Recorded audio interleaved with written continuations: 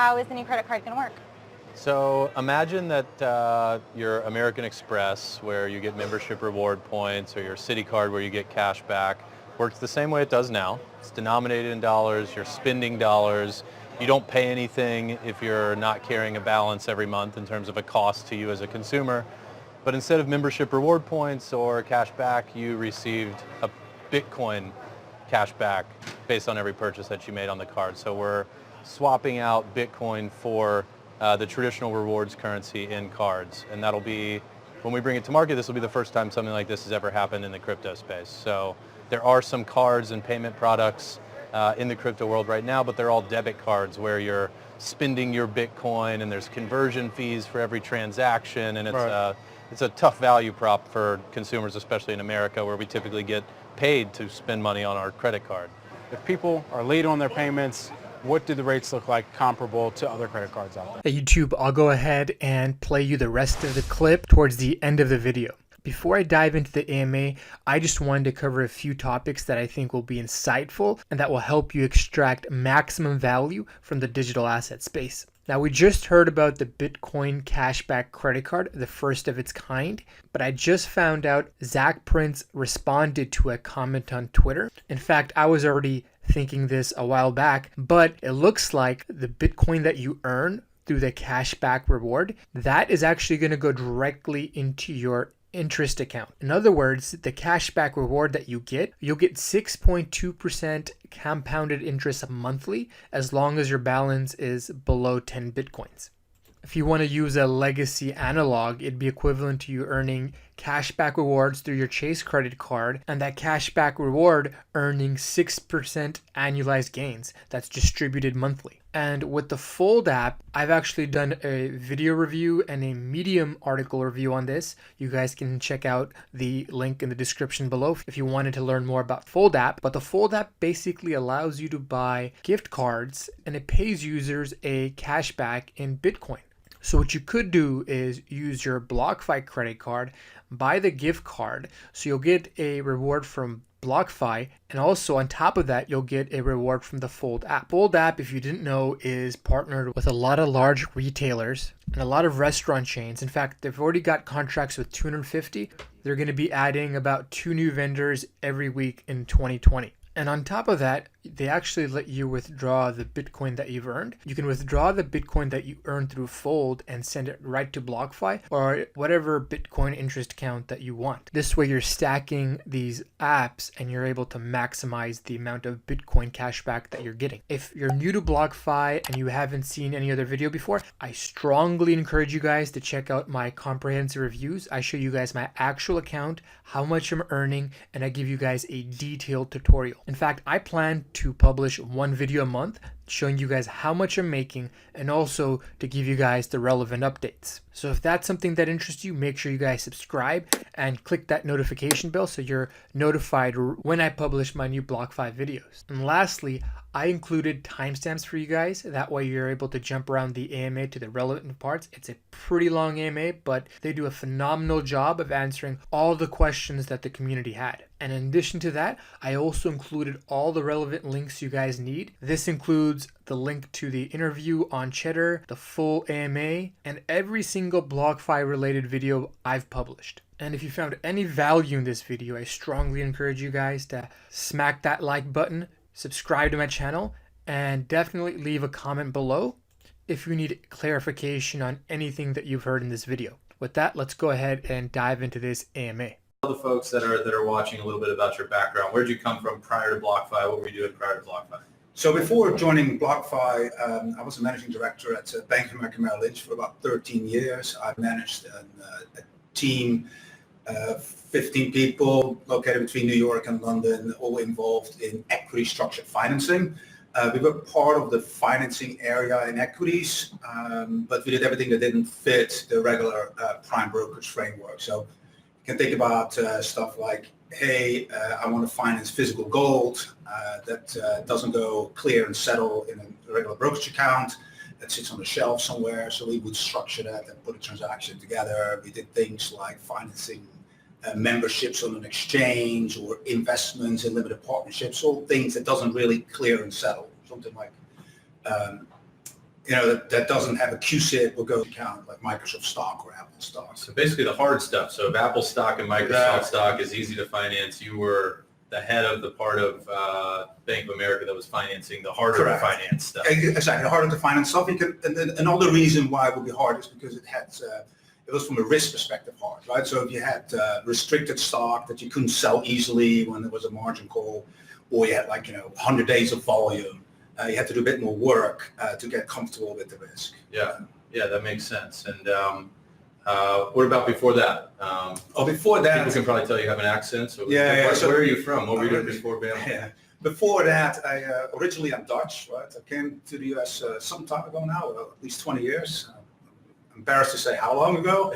And before Bank of America, where I was about 13 years, I worked in proprietary trading, both at a hedge fund called Kesterns and at a bank, Barclays Bank. I did it for about 5-6 years. Got it. I have a background in computer science and applied math, and also an MBA. Got it. So in your time at Bank of America, you said about 13 years, you're lending and financing things that aren't just traditional public equities. What was the performance like? So obviously you were there through 2008, 2009. Were you losing a lot of money and blowing up, or how did things go? That's actually we had no losses. In general, we even had no issues on the funding side. So we managed to arrange funding from other sources that were a bit longer term to match the term that we had with the loans we had outstanding. That's the good thing about collateralized lending, right? As long as you have sufficient cushion and there is liquidity when you need it, when you need to sell it because you need to foreclose on a client, right? They didn't meet the margin goal and there is enough, the amount of collateral is in a danger zone that is not sufficient to repay the loan. We were able to sell it and no issues. Yeah, it's a type of lending that in general is on the conservative end of the risk spectrum if you think about all the different types of lending that are out there. Correct. It's not high yields, right? So it doesn't pay like high yield. It pays very little. Yeah. But you make it up in volume, I guess. So. Yeah, and so maybe talk a little bit about how you initially thought about financing crypto. When you and I first met each other and I was trying to convince you that joining Blockfi would be a great opportunity 2 years ago. It's like, okay, you're going to have to finance Bitcoin. What are some of the key differences between financing Bitcoin versus other assets in the traditional world? And is it more risky, less risky? Yeah, so there's a very interesting characteristic on crypto, right? So the main thing in your favor compared to equities is that it trades 24/7, right? So there are no gaps in like, hey, I have to wait till the next day, 9:30 a.m. for the market to open for me to liquidate a position. Right. There's also such thing as a closing price, right?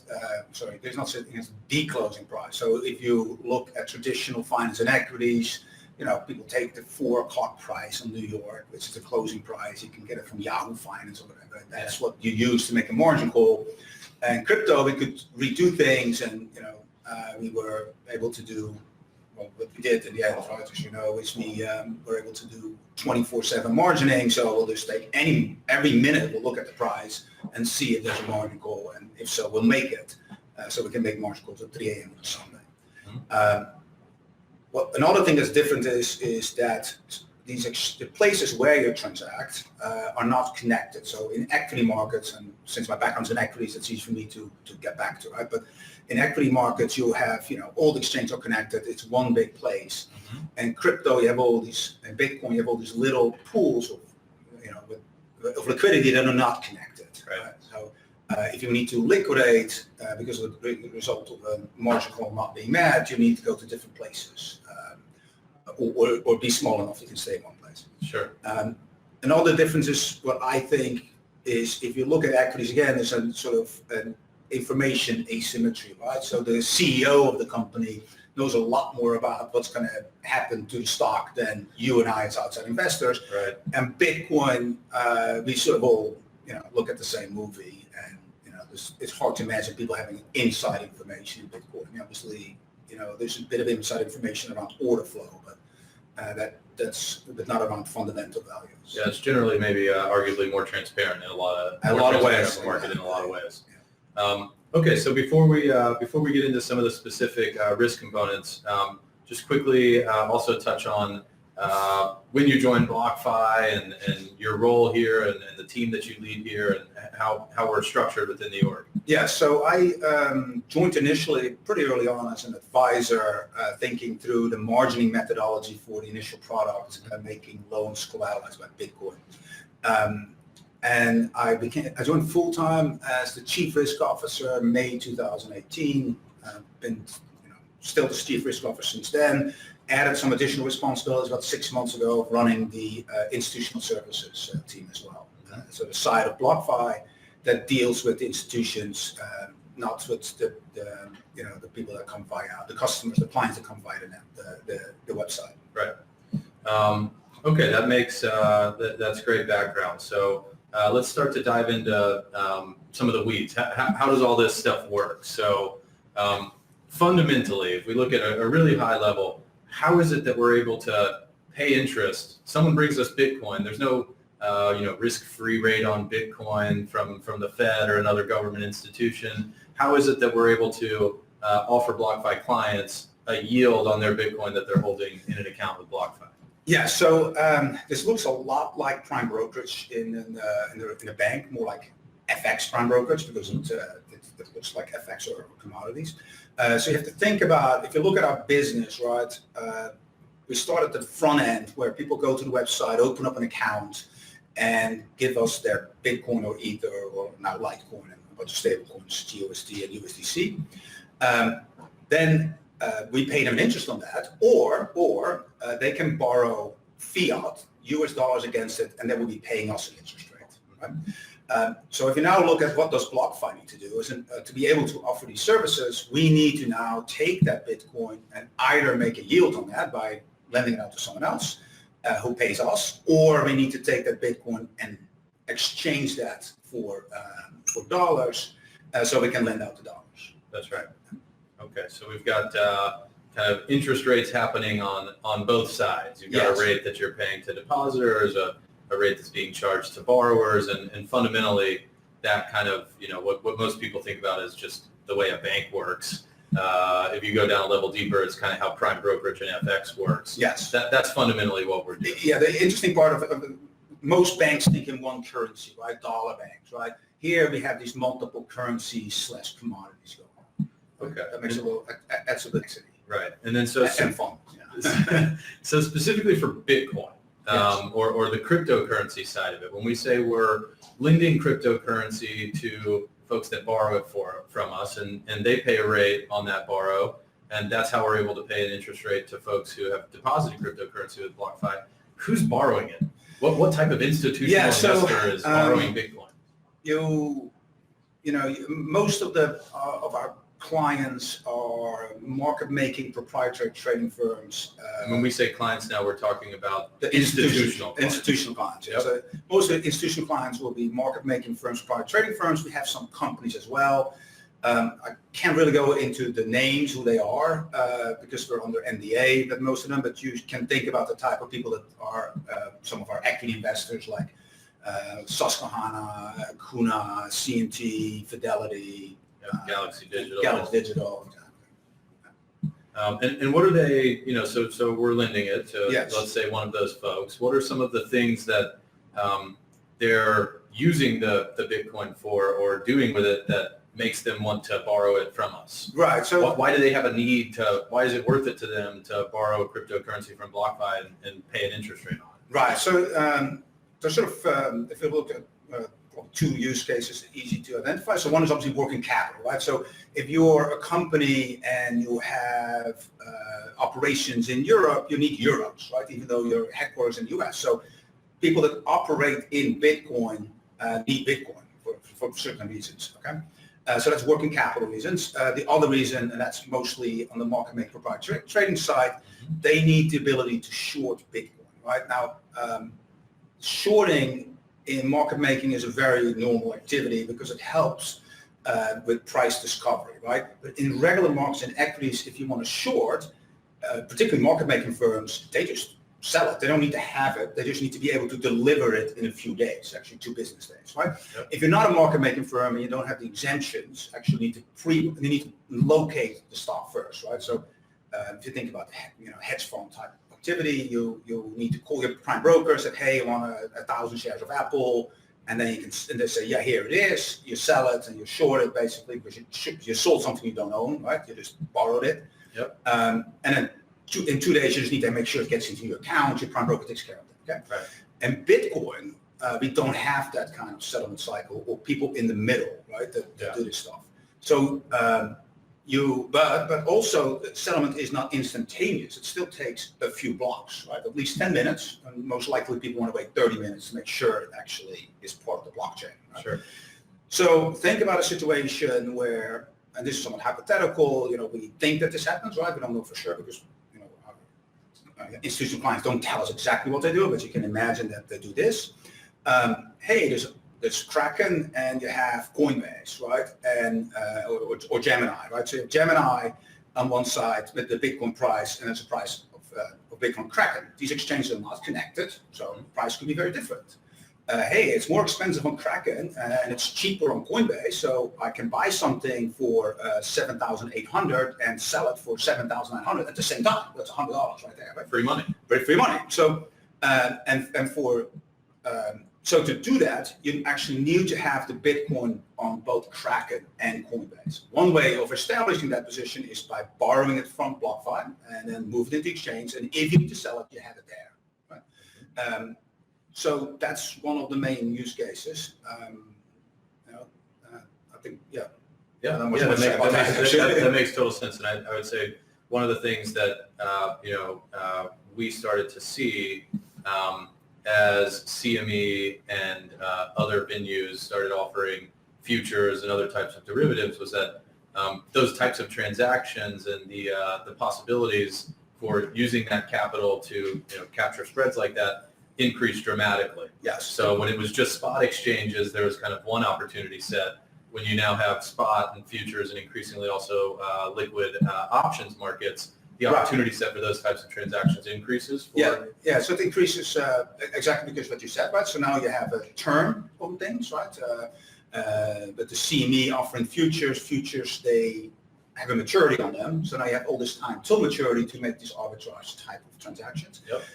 And also volatility, right? So you need a lot of price movement. If there's no price movement and no trading happening, then price sits there. There's not a lot of opportunity for things to get out of whack and to arbitrage that. That makes sense. So now we want to get a little bit into the weeds of managing some of these risks that exist. So just briefly, I want to touch on the security risk. So obviously, when you're sending Bitcoin to BlockFi, there's a risk that it can get hacked. We've seen lots of exchange hacks and other types of hacks in the crypto world before. There's also a risk of just knowing who you're doing business with and understanding the type of counterparty that you're facing.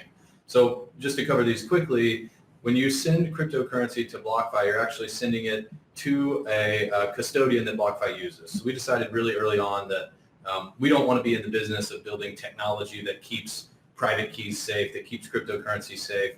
And we decided to partner with Gemini as our primary custodian. Gemini has SOC 2 compliance. They have insurance on their hot wallets. They're one of the only companies that have insurance on their hot wallets. They custody billions of dollars worth of crypto, and they have a perfect track record of keeping that safe.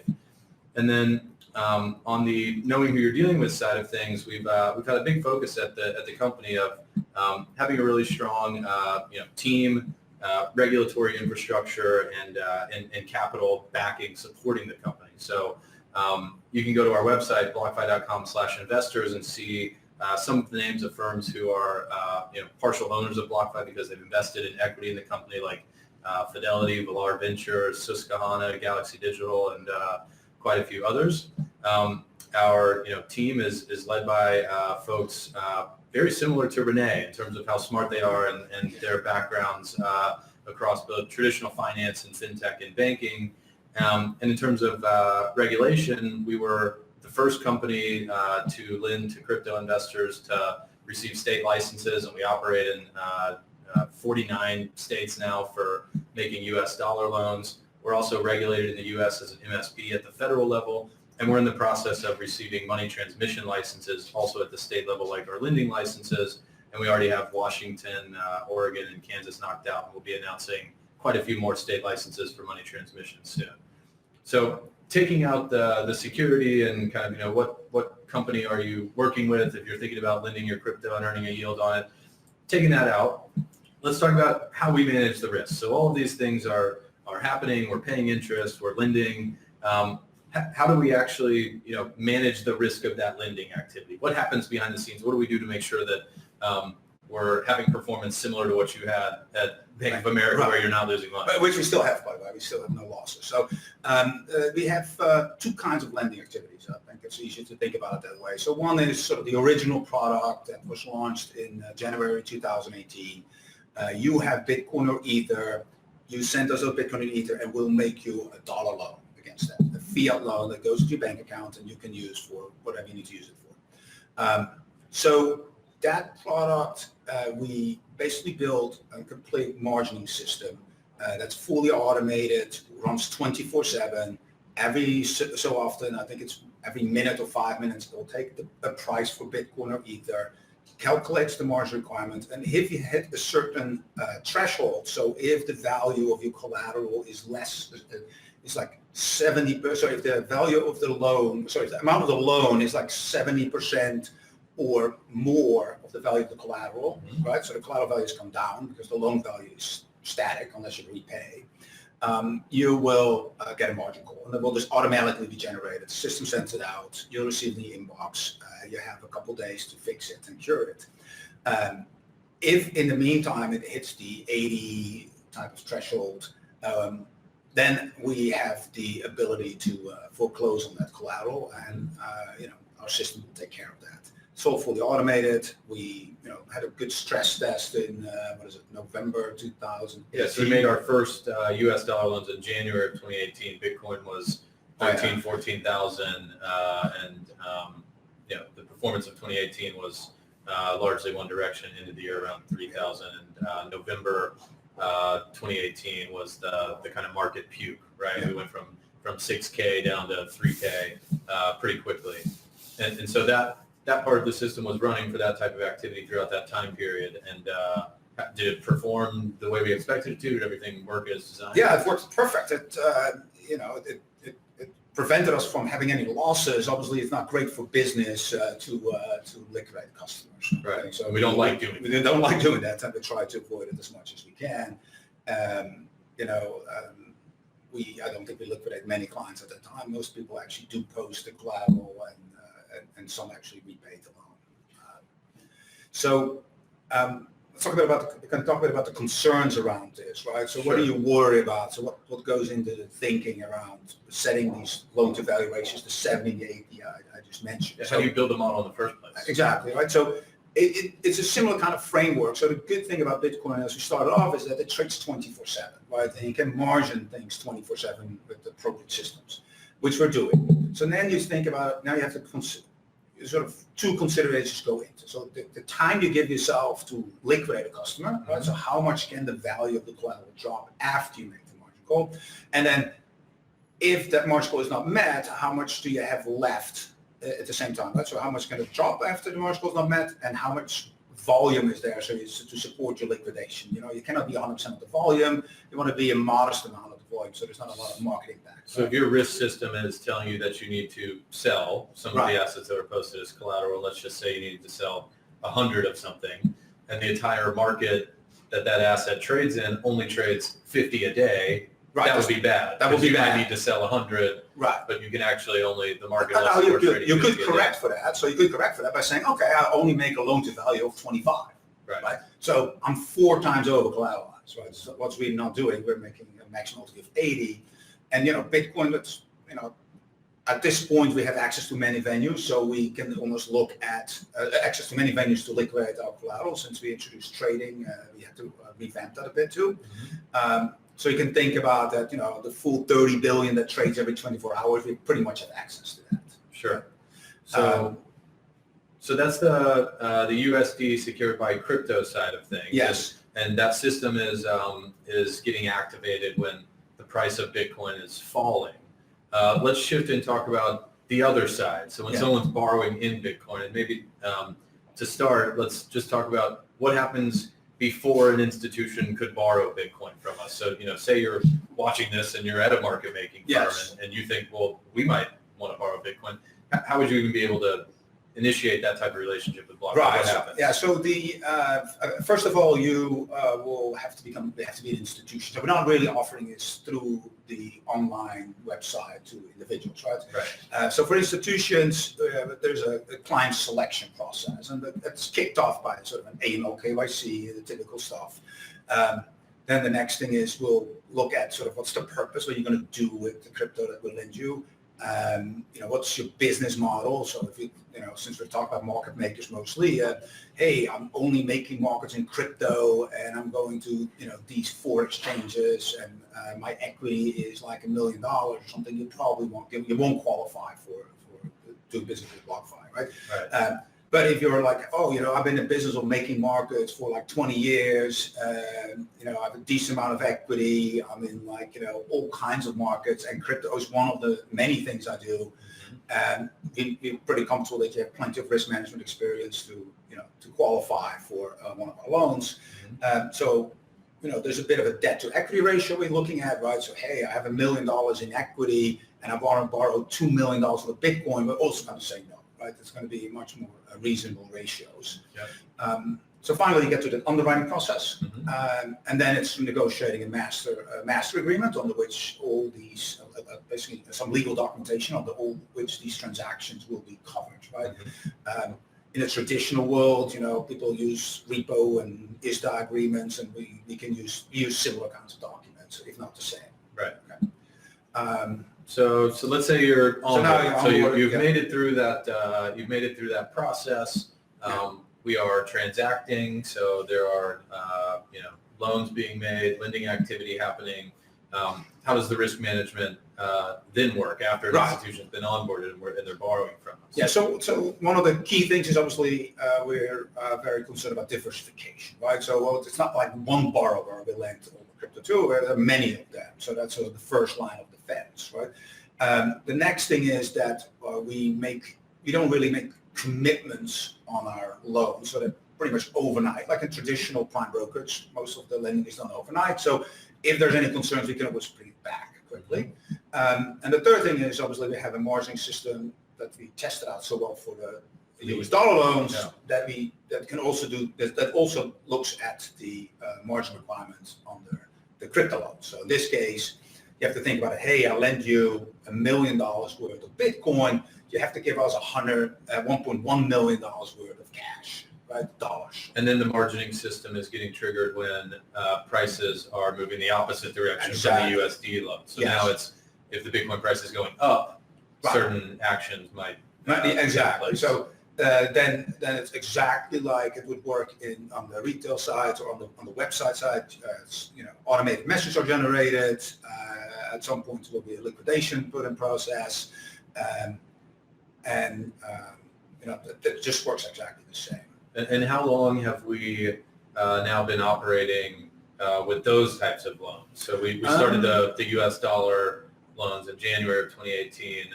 I would say that we did sort of the first one at the end of 2018. Yes, November Q4 of 18. Q4 of 18, yeah. Okay. And what about the consideration of someone who's holding crypto with us and they're, thinking about, well, how do I make sure that I'm going to be able to get my crypto back? Right. How do we manage just that availability, given that we're taking stuff in and lending it out? But how do we make sure anytime someone wants to withdraw, they're able to withdraw? Right. So what we do is we keep a decent amount to the side. We don't really talk to people how much that is, but it's substantial. You can think about like in the traditional bank, right? So what we don't have, like what regular banks have, is that a regular bank takes an overnight deposit and makes a 30-year mortgage or buys a 30-year mortgage asset, I guess. So you've got a duration mismatch So of like overnight versus 30 years. Right?